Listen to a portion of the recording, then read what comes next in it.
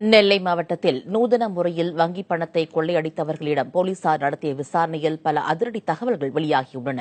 எப்படி இயங்குகிறது இந்த கும்பல்? இப்போது பார்க்கலாம்.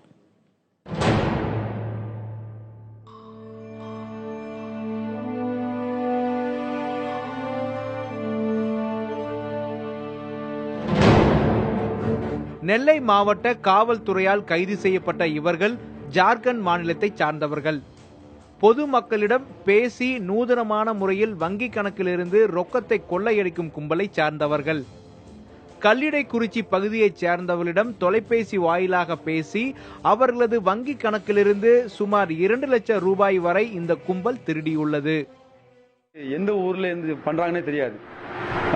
விவரமானவங்க மட்டும் இல்ல, இதுல நிறைய அரசாங்க அதிகாரிகள், படிச்சவங்க, ஐடி கம்பெனியில் வேலை பார்க்குறவங்க அதெல்லாம் இருக்காங்க. இவங்க குறி வைக்கிறதே எப்படின்னா, யாரு எவ்வளவு பணம் போட்டிருக்காங்க அதை கரெக்டா தெரிஞ்சுக்கிட்டு அவங்க அக்கௌண்ட்ல பணம் எடுக்கிறாங்க. வங்கி அதிகாரி மாதிரி போனை போட்டு அவங்கள்ட்ட சரியா, அதாவது ஒரு வங்கி அதிகாரி எப்படி பேசுறோ அதே மாதிரி பேசி இத நம்பரை வாங்கி, ஏடிஎம் நம்பரை வாங்கி அது மூலமா அவன் அக்கௌண்ட்டுக்கு இல்ல அவன் தேவைப்படுற அக்கௌண்ட்டுக்கு பணத்தை மாத்தி விடுறான். பணத்தை பறிகொடுத்தவர்கள் பட்டியலில் சைக்கிள் கடை நடத்தி வரும் கல்லிடைக்குறிச்சியைச் சார்ந்த பதர் நிஷாவும் அவரது கணவர் யூசுப்பும் அடக்கம். நம்பர் க்ளோஸ் ஆயிடுமோ அப்படின்றதுனால அந்த நம்பரை நான் சொல்லிட்டேன். அதுக்கப்புறம் பார்த்தேன்னா அன்னைக்கு சாயந்தரமே கொஞ்சம் 10 ரூபா போல எடுத்துருந்துச்சு. அப்போ நான் திருப்பி அந்த நம்பருக்கு ஃபோன் பண்ணி, சார் இந்த மாதிரி நம்பர் என்னுடைய அக்கௌண்ட் நம்பர் பேலன்ஸ் கம்மியாக இருக்குது அப்படின்னு ஃபோன் பண்ணி கேட்டேன். அப்போ அவங்க சொன்னாங்க, இல்லை நீங்கள் மறுநாள் போய் பேங்க்கில் போய் கேளுங்க, திருப்பி ரீச் ஆகிடும்னு அவங்க சொன்னார், அந்த சார் சொன்னாங்க. அப்போ மறுநாள் காலையில் 10 மணிக்கு தான் பேங்க் ஓப்பன் ஆகும். காலையில் போய் கேட்டுக்கலாம் இருந்தேன். அதுக்குள்ளே காலையில் 5 மணிலேருந்து 7:15 என்னுடைய இருந்த அமௌண்ட் ஃபுல்லாக நான் சிறு சேர்த்து வச்ச பணம் பூரா போயிடுச்சு. 1,10,000 ரூபா.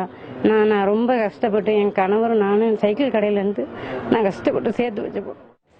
இந்த வழக்கில் கைதானவர்களிடம் நடத்தப்பட்ட விசாரணையில் ஜார்க்கண்ட் மாநிலத்தில் 30,000 ரூபாய் செலுத்தி வங்கி கணக்குகளில் இருந்து கொள்ளையடிப்பது எப்படி என்பது குறித்து பயிற்சி எடுத்துள்ளது தெரிய வந்துள்ளது. யாராவது ஃபோன் பண்ணி உங்கள் நம்பர் என்ன, உங்களுடைய ஏடிஎம் பின் நம்பர் என்ன அப்படின்னு கேட்டால் கண்டிப்பாக கொடுக்கக்கூடாது. பேங்க் ஊழியர்கள், உண்மையான ஊழியர்கள் யாருமே உங்களுக்கு ஃபோன் செய்து உங்களுடைய பாஸ்வேர்டையோ உங்களோட யூசர் நேமையோ யாருமே கேட்க மாட்டாங்க. கண்டிப்பாக அப்படி ஃபோன் செய்து கேட்கிற பட்சத்தில் அது ஒரு பொய்யான கால். நவீன தொழில்நுட்பத்தை பயன்படுத்தி அப்பாவிகளின் வங்கி கணக்கிலிருந்து பணம் திருடப்படுவதை தடுக்க விழிப்புணர்வு மட்டுமே ஒரே தீர்வு. தொடர்ந்து விசாரணையில் பல்வேறு குற்றவாளிகள் சிக்குவார்கள் என்று நம்பப்படுகிறது. தொடர்ந்து குற்றவாளிகளை அதிகாரிகள் பிடிப்பது மட்டுமல்லாமல் பொதுமக்களுக்கும் மிகுந்த விழிப்புணர்வு தேவை என்பதே இதுபோன்ற சம்பவங்கள் நமக்கு உணர்த்துகிறது. புதிய தலைமுறை செய்திகளுக்காக அம்பாசமுத்திரத்திலிருந்து சுந்தர மகேஷ்.